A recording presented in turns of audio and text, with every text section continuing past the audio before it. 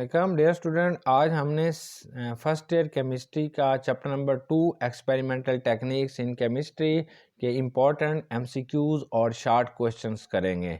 इस चैप्टर से long question नहीं आता, इसलिए हम सिर्फ शॉर्ट क्वेश्चंस को स्टडी करते हैं और एमसीक्यू जो बार बार एग्जाम के अंदर आ रहे हैं। पहला एमसीक्यू ये है कि solvent extraction is an equilibrium process and is controlled by distribution law. इसे कंट्रोल करता है, तो ये सी ऑप्शन ठीक है। दूसरा ये होता है कि solvent extraction method is particularly useful technique for separation when product to separation is a volatile और थर्मली अनस्टेबल हो, तो उसके लिए हम सॉल्वेंट एक्सट्रैक्शन को यूज़ करते हैं।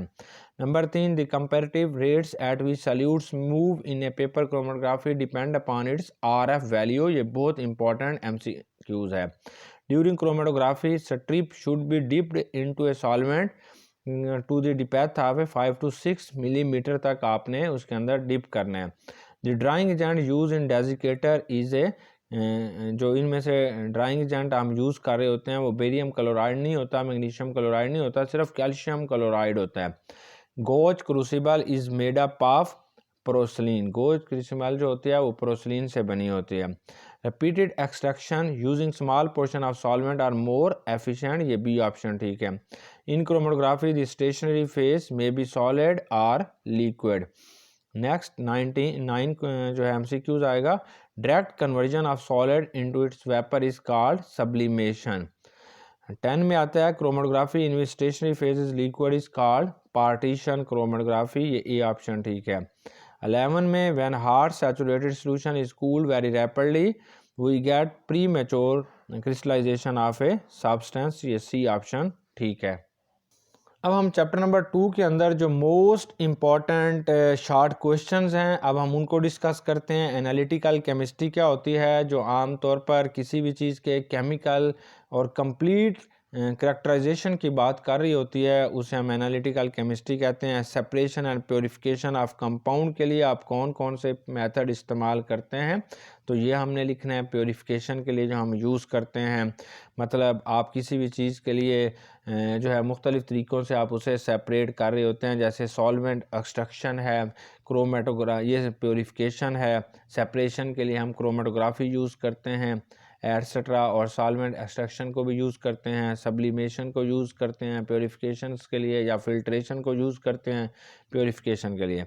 What is fluted filter paper, बहुत इंपॉर्टेंट ये क्वेश्चन है कि फ्लूइड फ़िल्टर पेपर क्या होता है। Filter paper having fan like arrangement is called fluted filter paper, या paper having many elevation and depression is called fluted filter paper. इससे rate of जो है वो फिल्ट्रेशन इंक्रीज हो जाती है। Differentiate between filtration done by gooch and sintered glass crucible, very important है।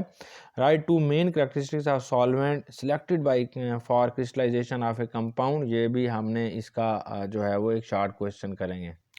Next है कि mention the major steps involved in crystallisation, तो चॉइस ऑफ सॉल्वेंट है, प्रिपरेशन ऑफ सैचुरेटेड सॉल्यूशंस हैं, ये सारे।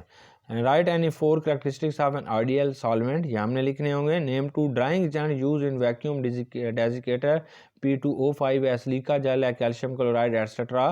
Define the method of drying in the crystallised substance, को हम कैसे ड्राइंग करते हैं, वैक्यूम डेजिकेटर में करते हैं, between folds of filter paper etcetera.